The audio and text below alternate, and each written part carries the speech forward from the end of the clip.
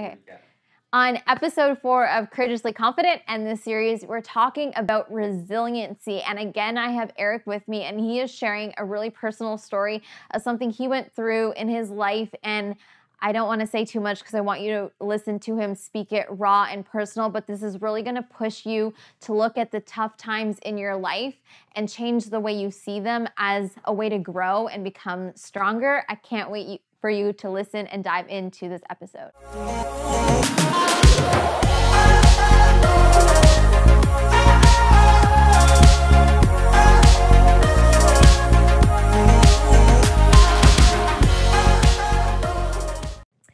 How the hell do you stay consistent and committed when you realize that this isn't easy, that fitness isn't easy, or business isn't easy, or life is tough? How the fuck do we stay committed and consistent and resilient when we just want to give up? So I want to focus on this attitude, this mindset, really called the commitment mindset. So when you're really committed to something, so think of something, whatever it is right now in your life, like you're super committed to your job or, your relationship or, fitness. You're like, yes, I'm committed to this. Think that you would do what it takes, even though times get tough, to push through, right? So for example, Eric, you are extremely committed both to fitness, your fitness journey, and both to your career. And both of those things are not easy. You struggle through a lot of them. So how do you stay committed and push through when it's a shit day at work or it's a shit training session and you just want to? Because I've witnessed it. I've witnessed you throw some things in the gym when you've gotten mad. But how do you keep going? I guess attitude, shake it off, come back. I don't know. I always give myself about 20 minutes to feel sorry for myself and to fucking bitch and like. Can we just say that again? You get 20 minutes to feel sorry for yourself and move on. Yeah, I love that. Anything after that, it's just, you're just wasting your time and wasting everyone else's time and you're just not going on it. So yeah, if I have a shitty lift, I'll get mad about it. It'll piss me off for a bit. Might want to throw something or I'll... No. You do throw no, something. Let's just it depends if I'm in not my in gym. a bad, harmful way. It's like, I'm going to get mad for a second, throw something against the wall. And then, yeah, I might be in a sour mood for, I said 20 minutes, but then I'll be good to go after it. It's just bouncing back from things not going the way you want them. And you have to be able to do that. And you sort of have to be able to, like, if you do something wrong or you fuck something up. Yeah. You can't dwell. Yeah, you need to do a few things. You need to figure out what you did wrong. So like after that 20 minutes is over, rationalize. Once you're being emotional and shitty for 20 minutes, then take the time to, okay, what went wrong? Why did this happen? Was I didn't prepare myself properly, didn't get enough sleep, did I not eat properly, was I stressed? Okay, figure out what that was. How do I correct that now so it doesn't happen again? Oh, I should go to bed a little earlier. I should eat a bigger breakfast. Okay, cool. Now you can actually start solving the problem, because that's really what being resilient is, I find, is just when you get hit with a problem or an issue, you need to come up with a solution. You need to solve the problem. You can't just let it slide. And a lot of people do just let problems slide in their day-to-day life. And it's like... But then you allow that problem to happen again and again when you just let it happen. And once it happens the second time, well, now you're only to blame for that happening again yourself. So try to, if you make a mistake or things go the way you want, learn from it. Don't let it happen again. Do the best you can, at least put in the effort to mitigate it happening again. Right. I love that you brought up, like I said, allow yourself to be emotional. Like if you face a problem or you make a mistake, yeah, of course you're going to get mad at yourself. You're going to get emotional. You're going to get upset. Like if anyone wants to talk about being emotional, I'm extremely emotional. Like you see me all the time. If something bad happens to me, I get upset. That's just my natural response. But I've really learned to separate, your reaction from your emotion. So let yourself be upset or mad or whatever for that amount of time. And then when you've cooled down, then you can take a step back and be like, okay, what happened? What can I do for that not to happen next time? Or what can I do next time when this happens? How can I react differently so it doesn't affect me as emotionally? That makes sense, because you see me, whether it's in the gym or, just people saying shitty things to me on social media or weird comments, I get emotional. But I've learned to accept that I'm an emotional person and there's nothing wrong with that. Be emotional for the time that you need to be upset, but the only way to move forward if you're committed is to literally move forward, rationalize what happened, and moved on. And you've helped me kind of see that. Like, you can't let your emotions ruin you. You need to separate them from your action, which I think is so powerful. And I know a lot of women on here, say you go to the gym and the first thing you do just sucks. Like, it's a shitty squat or something. That could affect their entire workout. That could affect their entire day to the point where they leave the gym. It ruins their whole day. It ruins their day at work. It ruins their night at home. It ruins everything. So how do you say, okay, that sucked, but I'm going to keep going? Well, as I said before, you need to figure out what is happening, why did it suck, and try and fix why it sucks so it doesn't suck again. And then understanding as well, especially when it comes to the gym, is you're going to suck. Like, a lot. It's going to be, it's a constant learning curve, and you're constantly learning things and developing things, becoming stronger, getting weaker, seeing results, not seeing results. And you just sort of have to go with it, and you can't always do anything about it. But when they do come up, you need to take the time to learn why it came up so you can fix it for later on. And that actually might help you later on learning these key, like maybe your squat didn't go well, so instead of just like bitching and like making excuses about why it didn't go well, we'll figure out, oh, hey, my hips weren't feeling that good and mobile. Maybe I should take the time to do better hip mobility before. Yeah. Oh, I learned that here's a really good way to get my hips to open up when I'm squatting. Okay, cool. So now, well, hey, sweet. Now you know kind of what is going to set you for success next time. Yeah.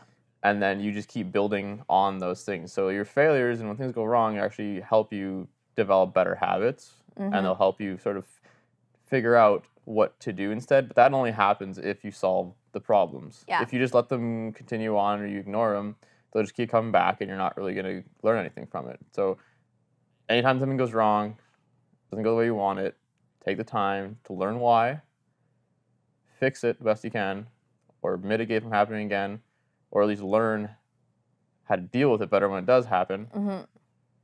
And then there's nothing can stop you after that, because then you're good for everything. Yeah, I love that. And I can relate to the gym example. Like, for the longest time, I was like, why can't I squat? Why can't I squat good? Like, why is my squat going up? And we were playing with all these different things. And then Eric and I went to, get this personal, 2-on-1 training session. And I learned, this new way to squat. And now I go in and I look at it not as, oh, I suck at squatting. I look at it as, like, this is my process of learning how I squat for my body. You know what I mean? When you change your mindset to like a learning mindset, a committed, a consistency mindset, an open mindset, that's all about being resilient. Like, oh, that didn't go so well. What can I do to adjust things? Same with life. Same with, I went through a point this year early on, you saw me really sad and unhappy in my business, and that was translating into my life. And I caught myself being really down on myself almost every day. Like, you saw me being really emotional. And that was when I realized, okay, I need to take a step back. What's wrong? Something's off. And that's when I realized I needed help. And I hired my coach and taking actions, like you said, stepping back, addressing what's wrong, and then saying, how can I help fix this? Whether it's you do it yourself, whether you get help, whether, whatever it is, you do something about it so you don't let yourself fall back into that all the time. That's what it is about being resilient, is looking at the challenge and saying, how can I fix this? Because this is something that I ask my clients a lot, and I always refer back to, is what type of woman do you want to be to show up for this program or for this problem? Like, when a problem hits me, I'm like, this is a challenge the universe is giving me. What type of woman am I to show up for this? And obviously we want to be strong. We want to be powerful. We want to get through it. We don't want to be weak. We don't want to be, we don't want to be emotional, cry about it. We want to get up and move. So next time you face a problem, no matter what it is, ask yourself, what type of person do I want to be to show up for this problem, and be that person. Yeah. yeah, it's attitude, right? Like it's the way you look at things. Like I guess I can talk about my injuries. Yes, please. You have to share this because this is, guys, this blows my mind. Please listen to this. What Eric has been through and what he does now, it's like no one would ever know. And it just, you need this mentality. So like this was 3 years, almost probably 4 years ago by now. Just about 4 years ago this happened because it was on Thanksgiving 4 years ago. So I was parachuting for work, and I had a really bad landing. So what happened was I shattered both my ankles. Had surgery my right one, colossal, like it sucked. Like it was really like mentally, like it was pretty exhausting to deal with. But like, so I did surgery, went home, was off work for quite a while because of it. mm-hmm. And so I was just living at my parents' place. And the first 2 months wasn't really, I couldn't physically do anything about my situation, and I had to come to terms with that. It was almost like letting go of that, like wanting to do something about it, because I couldn't. I had freaking both legs casted up, sitting in a chair, and I could have. So the attitude I took for the first little bit was, a bit of feeling sorry for yourself, bit of complaining, kind of just struggling. And then I sort of had to take a different attitude on it, or else I would have gone down some like negative mental holes, because I was sitting there all day long, just doing whatever I could to stay busy. So instead, I took it as that first 2 months, I wanted to make it as good as possible. So what I do, I said, I'm gonna game and movie and like just eat it all in. I'm gonna take it for what I can, and I'm just gonna have no stress and I'll watch TV and play video games and not give a shit about anything else. And you know what? It was great it was great. That's all I had to do. My parents made food for me. You were living it up. Well, that's what I was like. Instead of feeling sorry for myself, like right now, you know what? I'm in every like 16-year-old boy's wet dream. He can freaking play video games all day long, has no responsibilities. Sweet. But I had to come and understand and prepare myself for, as soon as those casts come off, it's game time now. Now I have to put forward that work. So the cast came off about 2 months after. And then I was put in the like walking casts, the Velcro ones that go on that are plastic. And then I started doing physiotherapy 3 times a week or whatever it was to the local place. And basically, people might say it was dumb, but it worked. I took it on myself to do my own therapy on it, the way I felt would work.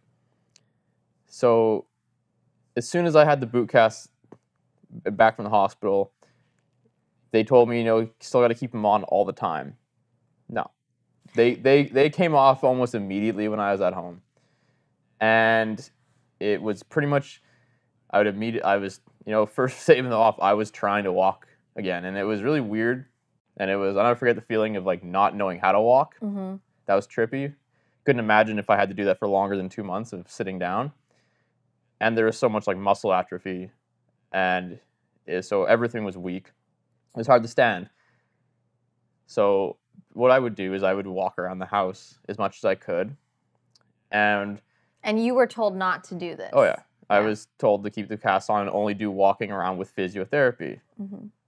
Because, they wanted to watch you and stuff. And I was like, okay, but no.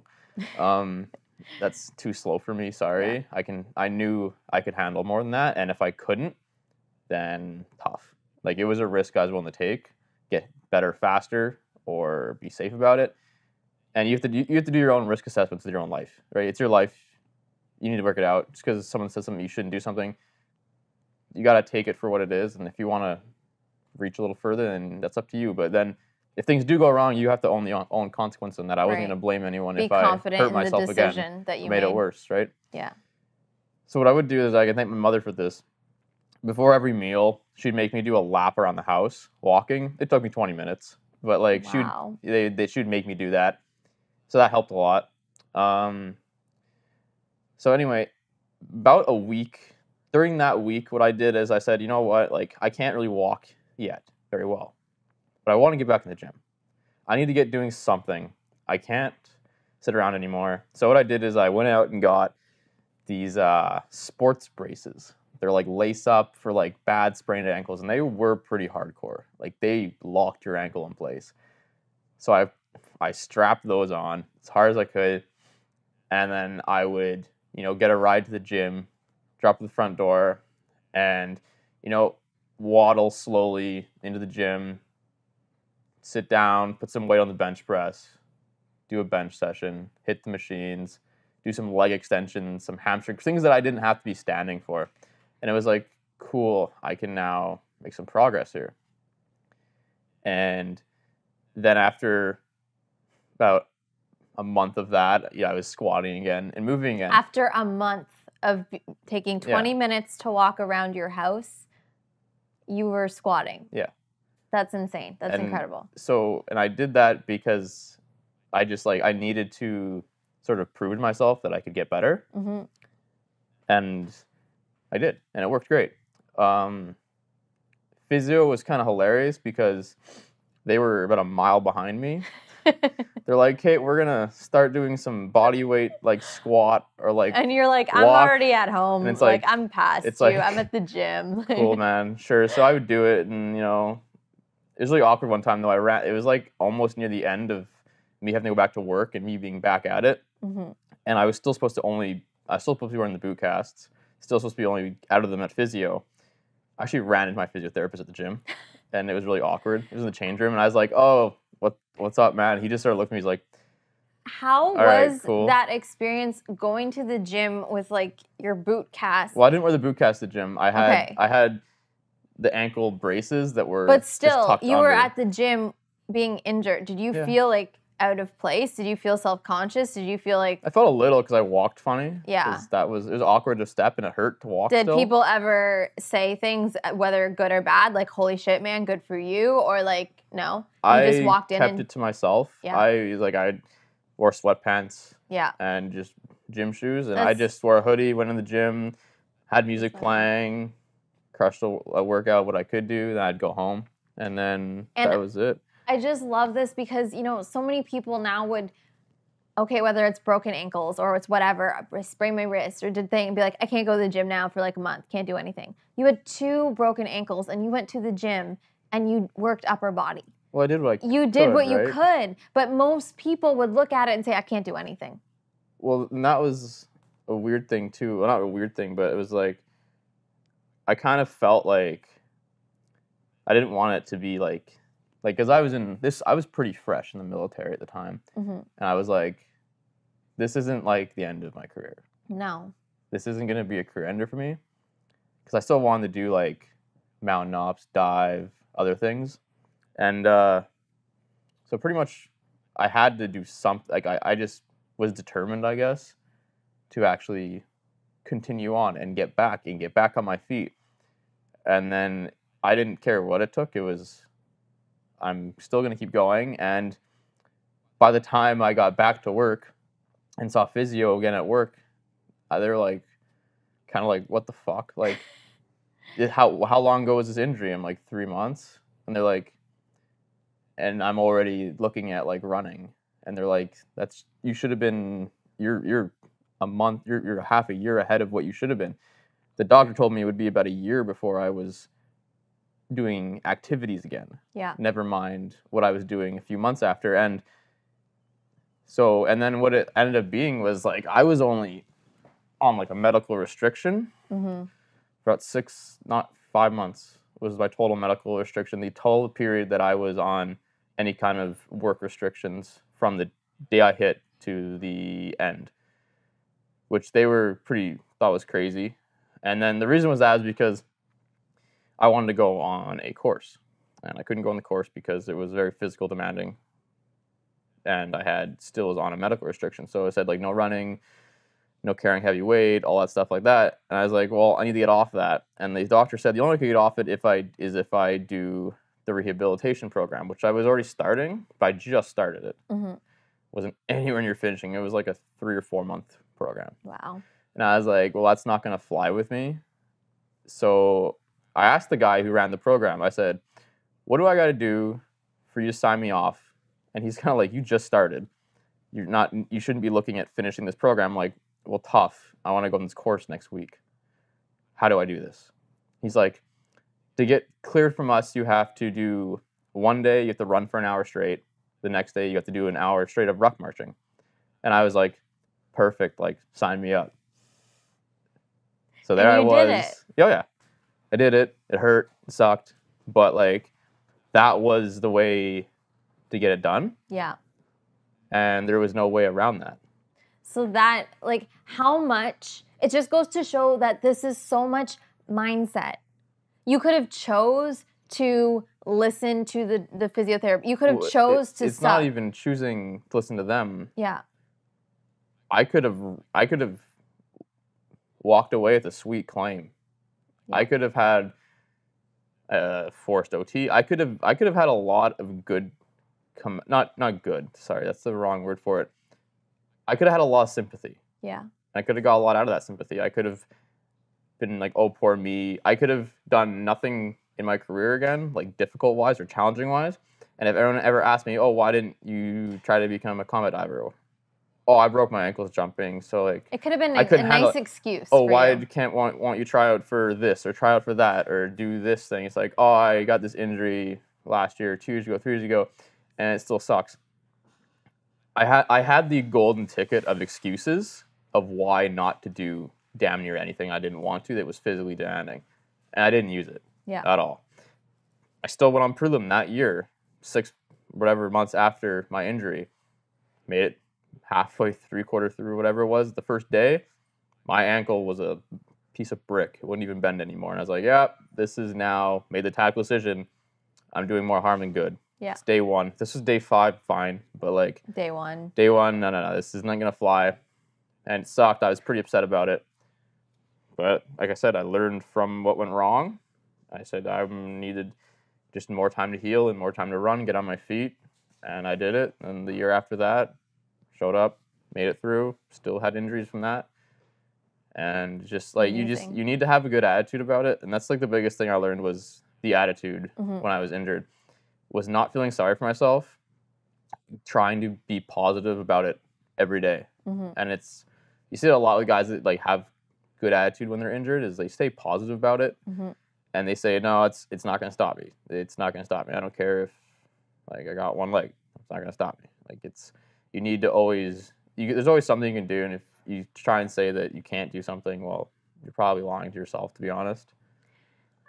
Your story is just incredible because, like I said, most people would quit or take the easy way out or not keep pushing. And you literally said to yourself, I'm not going to let this stop me. I'm early in. I'm not going to let this be a burden. And for everyone listening, I think it is kind of a reality check for the things we think are big problems. Like, for people who want to give up and they don't have broken bones or horrible things, it's just a weakness, a mind weakness. But when people are physically hurt, you know what I mean? And you make the choice to move forward and it fucking sucks and it hurts, but you do this, like, it's the most incredible thing. And guys, now you're listening, Eric is so fucking strong in the gym. Eric is known for his leg strength, for his squatting. And when anyone tells me that and comes up to me and says, oh, your fiance or your boyfriend, I'm like, did you know that he had 2 broken ankles and he, this wouldn't have been a thing, but he made this, like, I always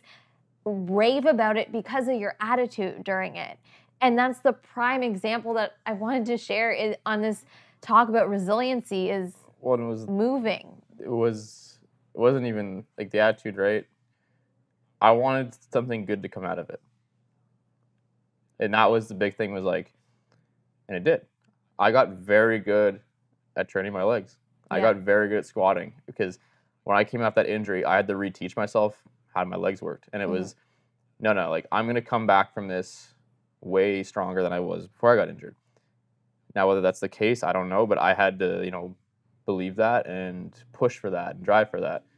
So I love it. I think it's amazing, and I think it just helps people realize that you can do anything if you just say, if you have a struggle, something horrible happens, say, what good can I get out of this? What good is here? Instead, so many people look at the negative, look at the bad, what can't I do? What's bad about this?